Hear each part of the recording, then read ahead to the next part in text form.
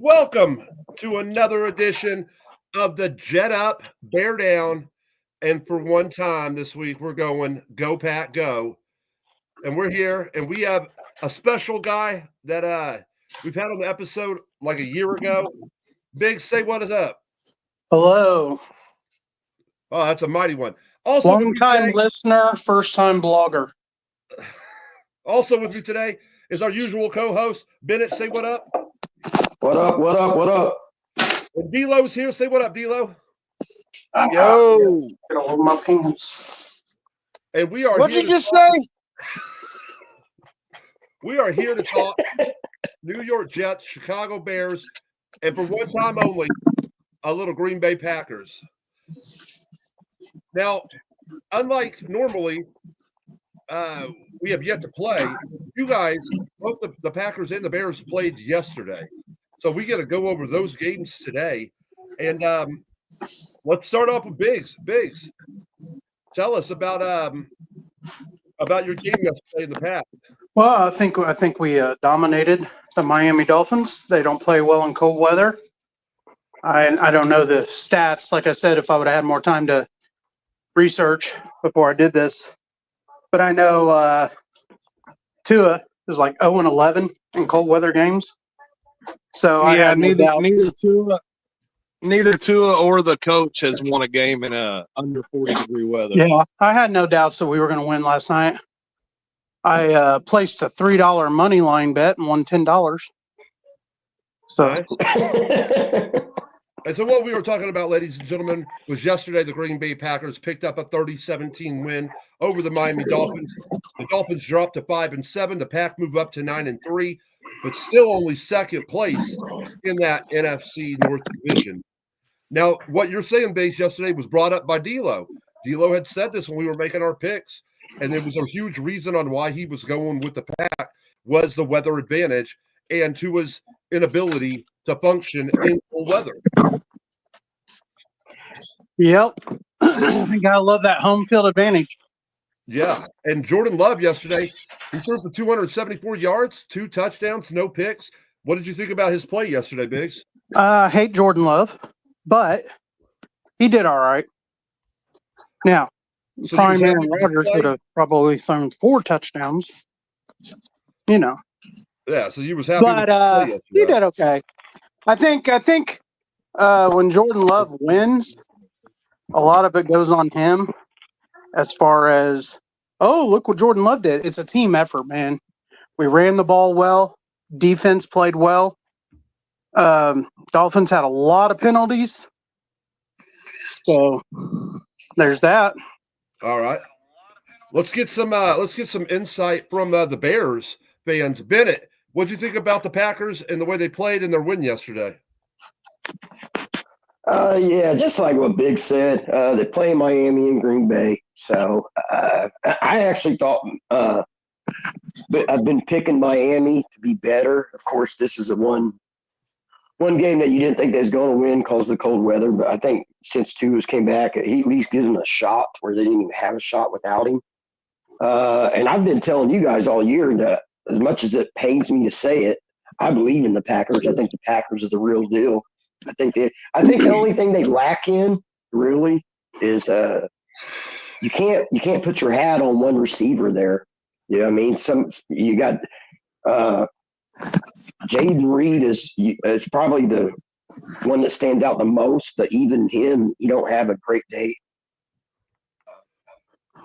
Jaden Reed had a good game last night, and it's been a while. It's really hard to. D'Lo, what'd you think about? That's the only thing I see them lack on. John does a great job. D'Lo, what'd you think about the Packers and their win yesterday? For the most part.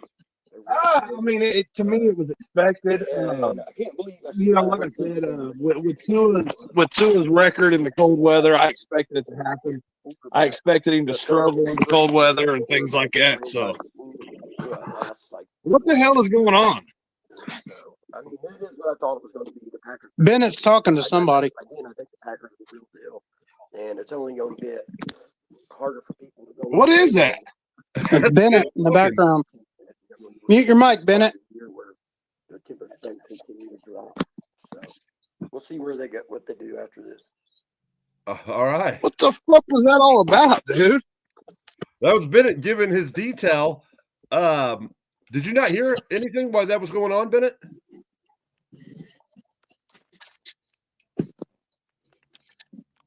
All right, D'Lo, go ahead. Tell us your insight. Apparently, Bennett doesn't have any sound or something because he just kept on going through other people talking. But anyway, yeah, no, man. I expected Tua to struggle yesterday. And like Bennett said, man, he's been singing the Packers' praise all year long, and I've been the one that's like, no, man, they're just not that good of a team. And he's like, I'm telling you, D'Lo, they're more of a complete team than what you think. And he's been right up to this point. So, like I said, up until last week, Jordan Love, he actually was the leader. He had the longest streak in the NFL going with games with an interception, but it seems like he's starting to clean that up a little bit. It's one of those. It's against what you what's said. That, bud? You went through for 365 yards, 2 touchdowns, no interceptions. So Tua did not have a bad game. Yeah, but you got to wonder how much of that was in trash time, dude. Like, how much were they trying? Was it at a point that they were forced to try to pass to get down there and get a score to get back in the game? You know what I mean? Yeah, they didn't run the ball a whole lot. Yeah, I mean, look at A-Chain and Mostert's numbers, and that should tell the story. Because if their numbers are bad, that means that they put it all on Tua to try to win the game for them.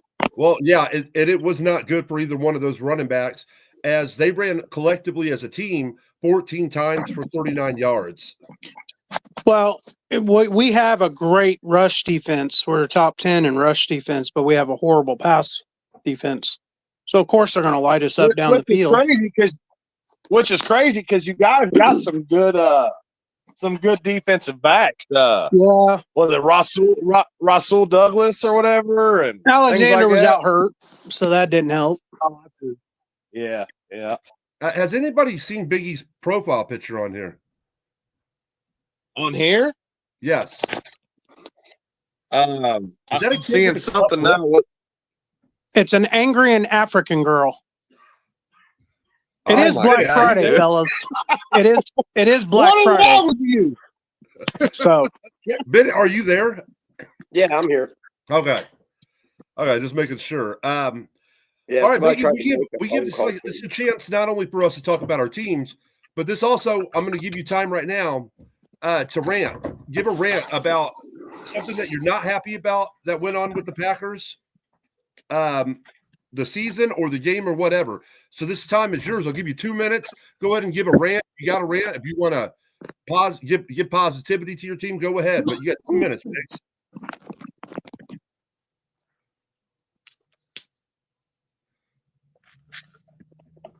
who first? You, Biggs. Oh, sorry. Well, the positives, I felt like we ran the ball great. We were bringing in backup running backs. Dolphins couldn't stop our run game. And then that opens up the passing game. So I thought our offense looked beautiful last night. I thought Jordan Love got lucky on a few passes. There's some things that should have been picked off that weren't. A much tougher defense. He probably would have been picked off, but it is Miami after all, and they are playing in the cold. Last few weeks, Miami's had a good defense, so I was kind of nervous, but then they pretty much, no pun intended, dropped the ball last night. So I thought it was a good team win, especially on Thanksgiving for a home game. All the eyes are on us. But in my opinion, Detroit is still the king of the NFC North. And I feel like they are the king of the NFC. So I don't see us beating them when it matters. I don't see us beating them. We might get to the playoffs and beat another Dallas Cowboys team, blow them out. But then when we start to play the good squads that have it all together, have the coaching, have everything, it's special teams, everything put together the right way, we will not win. And that's my point. Any other rants? Yeah, actually, I got one real quick, man. Mine shouldn't take too long.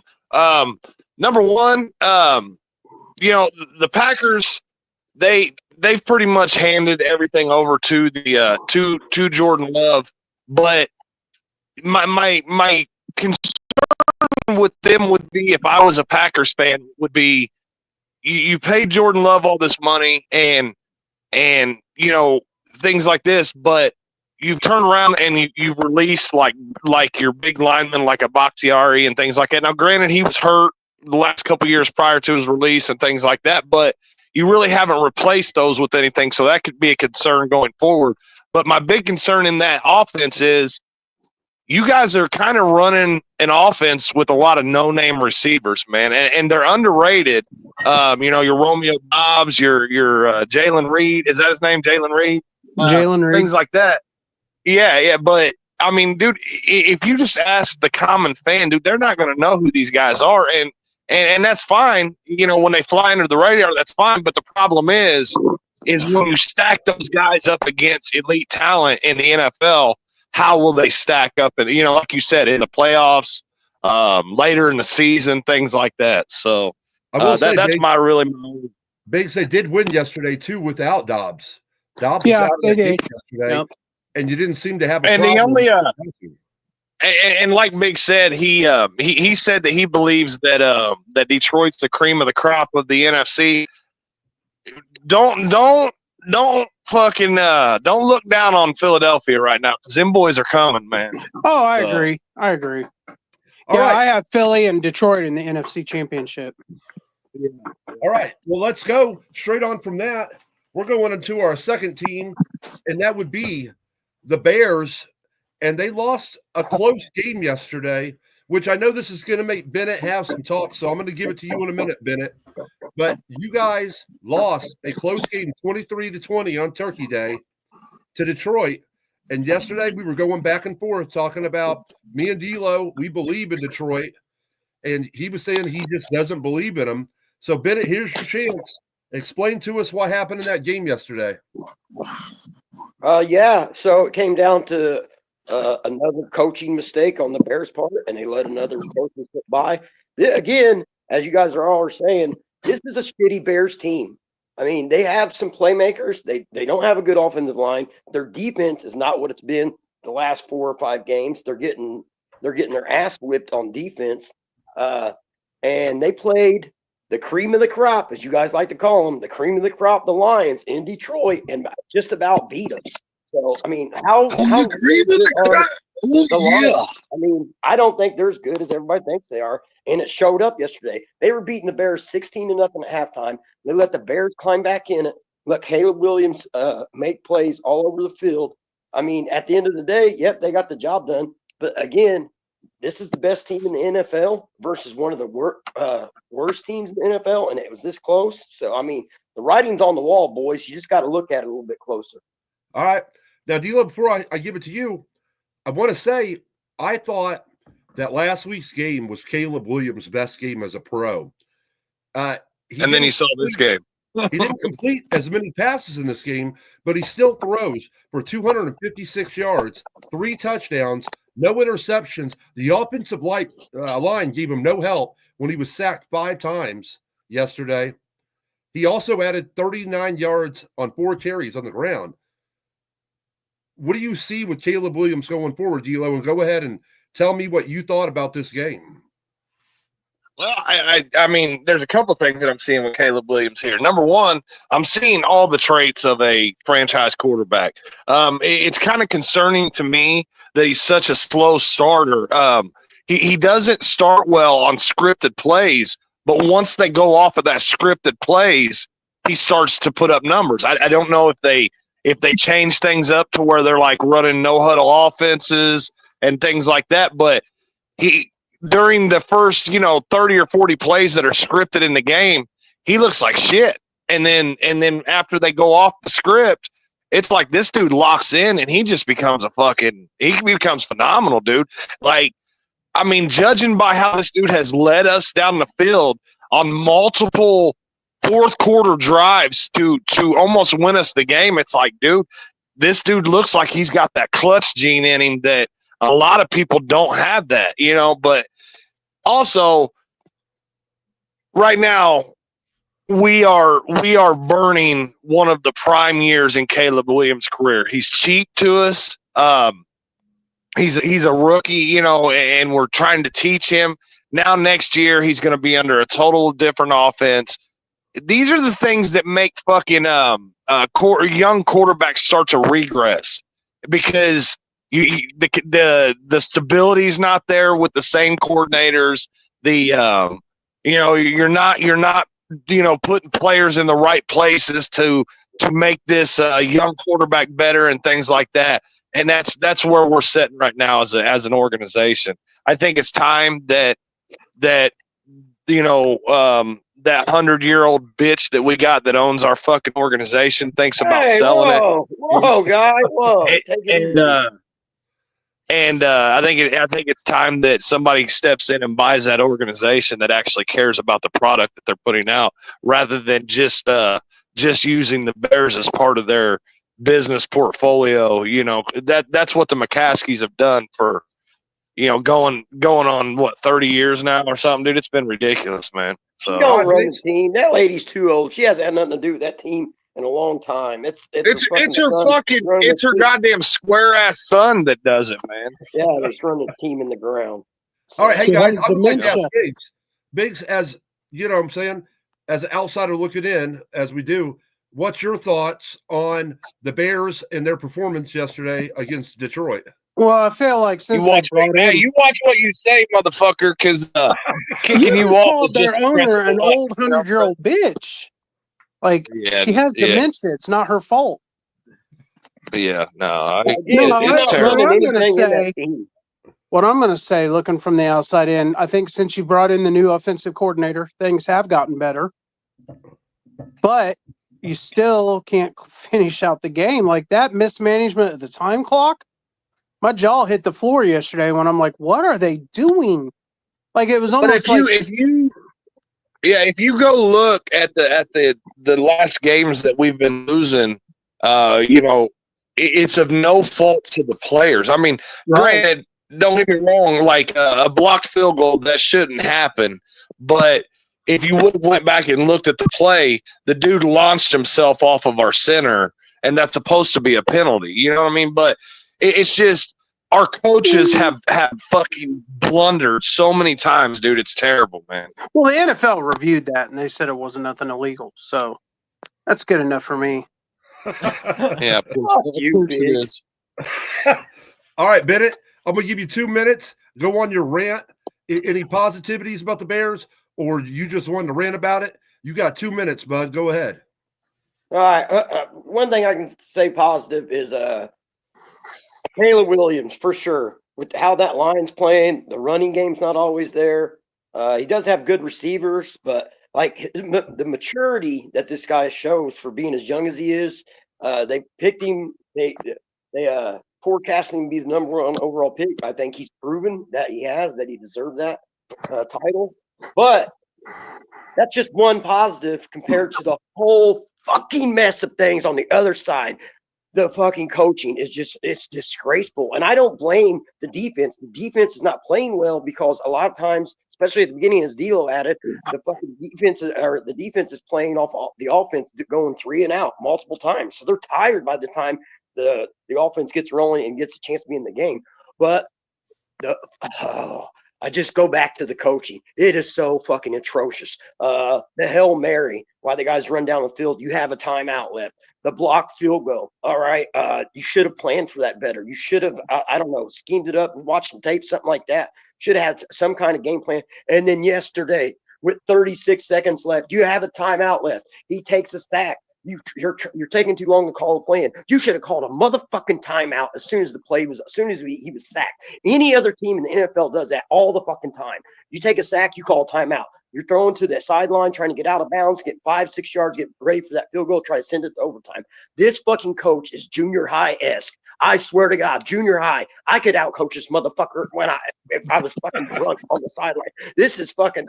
It's unfathomable that this motherfucker still has a job. I wouldn't have let this cocksucker ever get on the fucking bus with the rest of the fucking team. I'd have said, walk your motherfucking ass back to Chicago. You know what? Don't even come into my fucking town again, because when you get there, I'm gonna have motherfuckers at the city limits waiting to beat your fucking brains in, because that's absolutely what you All right, said. Bennett, And I would have went back to the fucking, I would have got to his house, and I fucking would have broke in and beat his wife up, beat his kids up. I mean, it's just sickening. It's sickening. All right. That Maybe was, I went too I like far with this. that part, but Jesus. I like this Bennett better. I like this Bennett better than I like the Pilgrim Bennett that kept saying the Commanders and the Cowboys at Plymouth Rock. oh my God. Breaking news right now. Bears fire. Matt. There I has knew to it was coming. Matt, you Ephrablus. yeah, whatever. Eberflus, man. Eberflus, big yeah. minutes. It just Yeah. fired on ESPN. Yeah, Currently, there's no right reason now, why as he we're should doing keep this his podcast. job. Well, Oh. he said that because they all expected him to be fired as soon as he got to Hollis Hall this morning, and he said he had an initial meeting with management, and he said he felt good that he was going to be preparing for San Francisco, but that he had another meeting with them after the press conference today at 9:00 this morning. So at that second meeting, they must have went ahead and said, you know what, it's time. You got to Yeah, go. 'cause the current thing right now on ESPN says he's competent. He'll prepare Bears for 49ers. But it just came across on my ESPN breaking news on my phone that they fired him. Well, Yeah, at least fuck they you home and see. prepare for the 49ers from home, you piece of shit. They're probably Yeah, watching this yeah. podcast and they seen Bennett's anger, and that's why they got rid of him. Yeah, I don't know about that. They seen Bennett's drunkenness leading up to this game, so maybe they're thinking that Eberflus is causing Bennett's alcoholism. Bennett, would you like me to kidnap his children? God, Oh, this is man. why we don't have Biggs on here, man. He immediately goes into Jared Best news of from the day. Subway. Wow. Football. And as we were talking, we got this little message here from Yosef, who said, hell yeah, Biggie.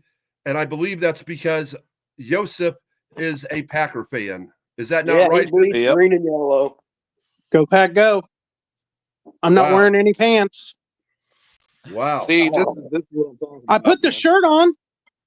Well, D'Lo, This is with that this surprising is news, what kind of shit Packers fans do here, Yusuf. So well, with that surprising news, we weren't expecting that. And it still hasn't broke on ESPN yet, but I got the ESPN notification and sub. But D'Lo, here's your 2 minutes to go on your rant. Say what you want to about your Bears. And right before you do, Joseph said reference to the block. LOL. It must be a Packer thing. You're talking about the block yeah, field I'm goal. not sure. Yeah, talking about the block field goal. Oh, the Oh, block the block field goal, field yeah. Okay. Yeah. Well, But this is all for you, Big. So- D'Lo, you got 2 minutes. Go ahead, bud.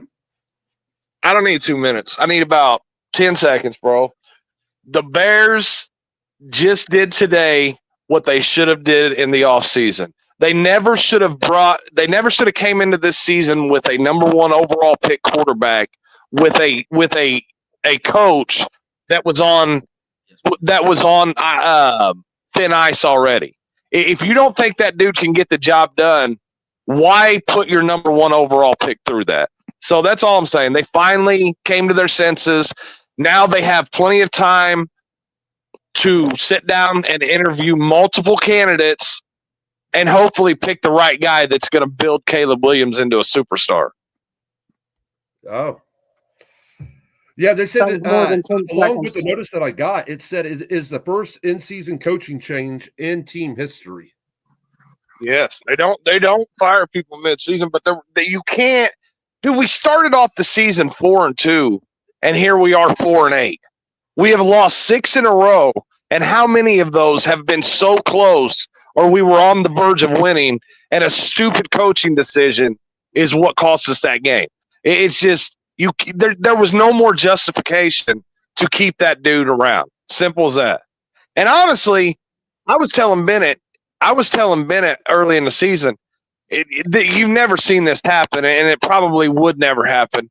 But if Eberflus would have taken a demotion to the defensive coordinator position, I almost would have been okay with that because the dude's a fucking phenomenal defensive coordinator, man. Well, as I scroll along here on the screen of ESPN.com, they still haven't updated about that. But Stephen A., he ripped him for his clock management, saying he should be fired. And also, RC. I don't take anything. I don't take anything Stephen A. Smith says seriously, dude. That dude's an idiot, man. Well, another guy on there said handling a Bears loss to Lions is a fireable finish. So, I mean, this is Stephen A. Smith is racist. Yeah. Well, you know, that's is neither here nor there. But okay, there it is. Finally, it put it up there. It said Chicago Bears have fired their head coach. It's the first time in franchise 100+ history that a head coach has been fired in season. So that is huge news. D'Lo, isn't it safe to say though that you guys have lost to really good teams? I mean, look at your schedule. But dude, here's the thing, man. I mean, when we went out and got DJ Moore and we got Keenan Allen and we got DeAndre Swift and Caleb Williams and things, we expected to be able to compete with these really good teams, and we have been able to. And it's come down to coaching blunders that has cost us those games. I feel good about the team that we're putting on the field. I don't feel good about the coaching schemes that are coming into those games. So, Bennett, any last things from you about you firing your head coach? Fuck yeah! It's a fucking great day to be a Bears fan. Yeah. I think Bennett's going to celebrate by getting drunk today. I think he was already planning on doing that. Well, and we'll go to the last team on here, and of course that is the New York Jets, and we play Sunday in a matchup against the Seahawks.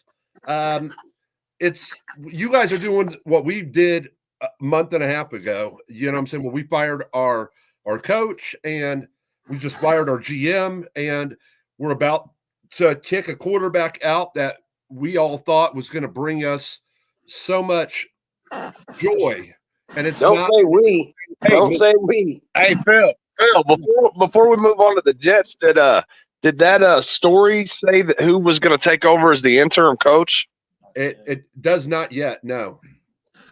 I'm expecting it's probably going to be our offensive coordinator, but I'm not sure. So, well, as a Jet fan, we haven't played yet.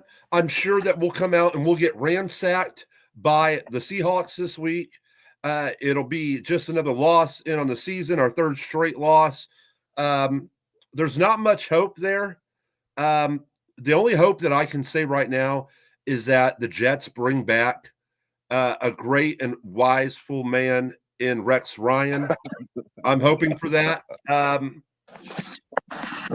you know what? There might be contention with that now because he might want to take over a team like the Chicago Bears, who's got a young quarterback in Caleb Williams. That might seem like a better option for him. Who knows? But I don't have much to say about. Yeah, I mean, I think that the Bears, when they're in their coaching search, I think that probably their top handful of prospects are going to be offensive minded. So if Rex Ryan even catches an interview, then it's probably going to be later on in the process. Is it what we want?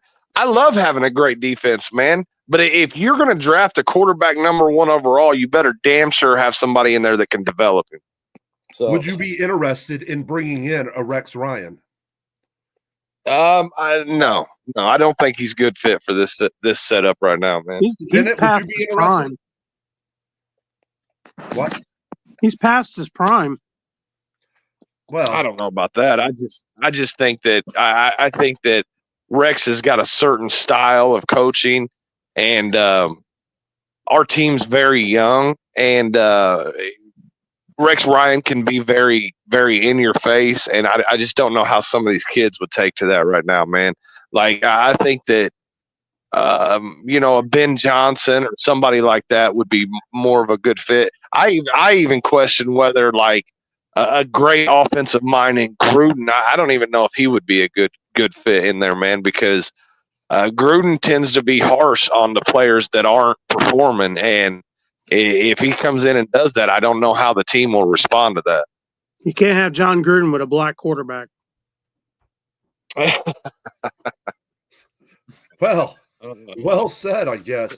But we'll like I said, I don't have much on the Jets, and there's not really much for us to really talk about. The only news that came out this week was that our former GM Tannenbaum and Spillman, former GM with the Vikings, are helping the Jets out with their new GM and head coach search.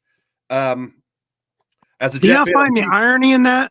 The irony that they were fired by their teams, they're supposed to go out and find somebody.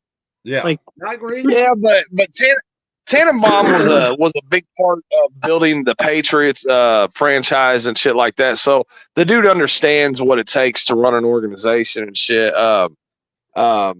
You know, so I don't know. Or no, maybe it wasn't Tannenbaum. Maybe I'm thinking of that Pioli dude or whatever. But either Scott way, I'm Pioli. just saying, like, yeah.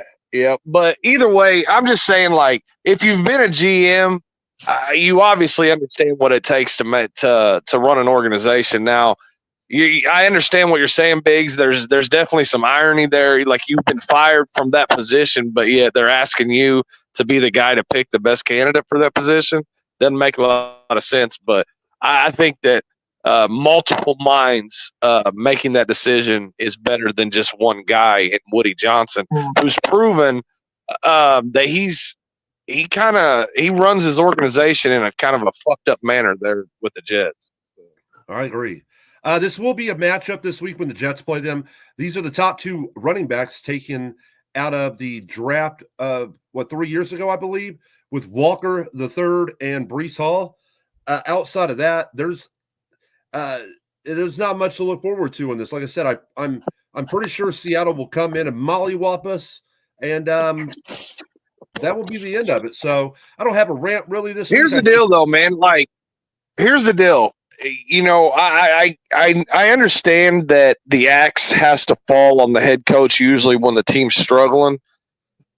But do you feel like that it was a good move to fire Joe Douglas? Like, I read the stories. I read the stories that there towards the end, Joe Douglas was basically he was relieved when he got fired. Like, he said that when Woody Johnson flew in on the helicopter, they said he turned to one of the assistant coaches and said, if I don't see you again, it's been nice working with you. They were like, he expected to be shit canned, and that it was almost a relief for him to get shit canned on his part. But I can't understand why they fired him. Yeah, that's what I'm saying. Like, that dude was aggressive. He made good moves as a GM. I understand that the axe has to fall at some point, but it's just like, man, like, you know, as far as talent evaluators and good negotiators, they're not as common as you think in the NFL, man. Like, guys think that they can do it. Guys think that they can jump from that scouting position to a GM position all the time. And you see most of the time it doesn't work out. So here's a couple things. So I think Joe Douglas was a good general manager. Like D'Lo said, he his drafts were decent. He put together a pretty good team on the field. The reason why he should have lost his job, even though he was a good manager and looking at picking talent and everything, is because, plain and simple, he got bullied by Aaron Rodgers. Aaron Rodgers made that guy lose his job by him buckling down and doing what Aaron Rodgers wanted. What Aaron Rodgers said pretty much went, and that's why you should lose your job. When you let a player, I don't give a shit who the player is, when you let a player run your organization from that point of view, if you're not strong enough to tell that player to shut the fuck up and sit down and know his place, then yeah, you shouldn't be in charge. So do you think that it's what's that, bud? I feel like the owner should be forced to sell the team. This is, I don't know how many years, 20 some years now, we've been dealing with Woody Johnson, and he makes these same mistakes as the coaches and as the general managers. So I'm saying he should be forced to sell the team to somebody else. He's getting ready to go away anyway, like we've talked about before on here. He's going to be in Trump's cabinet, and so his brother Chris is going to take over the team. That's why they're trying to hurry up this GM search and this coach search. I didn't know that. Yeah. Yeah. So do you I mean, do you think that whatever general manager, you guys hire, if he decides to keep Rodgers, do you think that he's going to set him down right at the beginning and say, look, you have no power with this team anymore. Like, you are a Yes. player. You're going to come into work and do your job just like everybody else. And if that's a problem, we don't owe you any more money. You can go away. 100%, because we've already paid him all the money. If he's going to come back next year, might as well draft a guy, put him behind him for a year, let him learn from Rodgers, and get the most that we can, because we've already paid him the money. So to have him not come back when we don't have a clear heir apparent to the job, it's like, but yes, let him know from the get-go, hey, you're not running this team. We're going to run this team. You're going to go out and play football, and we're not bringing in anybody that you asked for. Like, we're going to run the team. You play quarterback, and that's the end of it. And I'm all for agreement of bringing him back, because we don't have a capable number 2 right now to step in. We don't have that future of the Jet quarterback. So to bring him in and let anybody sit behind him for another year, especially when we've already paid him the money, it seems like that's a no-brainer to me. You guys can go get Daniel Jones. He's still in the city, ain't he? No, he's in Minnesota. He signed with the Vikings. I'm in Minnesota. Yep. I feel like we dodged a bullet because he was trying to control our organization. I couldn't see it at the time because I was an Aaron Rodgers loyalist, and I think he was trying to muscle our GM into doing these kind of things, and our GM wised up. Did. The last couple of years, he was doing that shit in Green Bay too. I think that's why they were trying to get him out of there. Yep, our GM wised up. He saw the writing on the wall, and I can say that I am now glad that we shipped him out of town to the Jets. Not saying that McCarthy didn't deserve to lose his job, but I think Aaron Rodgers was a big part of him losing his job. Yeah. He didn't like the way McCarthy was running the show, so he put his 2 cents out there and got his ass fired. I hope Rodgers goes to Minnesota next year. We got to complete the trifecta. I don't think that's going to happen, but all right, boys, we've been on this now for 37 minutes. So, Biggs, I'd like to thank you for coming on and doing the Jet Up, Bear Down, and Go Pack Go. Thanks for having me this week, and we'd love to have you back whenever you can come on and shed some of your wiseness, I guess you would say. We are hoping to do a live stream tomorrow, a watch along for Survivor Series for Tales from the Turnbuckle. And Biggs, anything you want to say before we go? Do we have any sponsors? Because I would love to get the McRib to sponsor us. We do not currently. So we could eat McRibs while we talk about the podcast. No, we don't currently. But anything else you want to add? Just thanks for having me. I will make sure that I have a shirt on next time. The whole segment. And right. I think this was fun. Bennett, anything from you, bud? Yeah, fuck off, Eberflus. You got what you deserve. D'Lo, anything from you? Oh, hold on. D'Lo fell out. I got to add him back in real quick. Hold on. He had to add that too. I didn't see it because he's at the bottom. All right, my bad, D'Lo. Anything you want to add before we go, D'Lo? And then he just jumped off again. All right, guys. This has been Jet Up, Bear Down, and we will see you next time on the Worst Case Scenario podcast.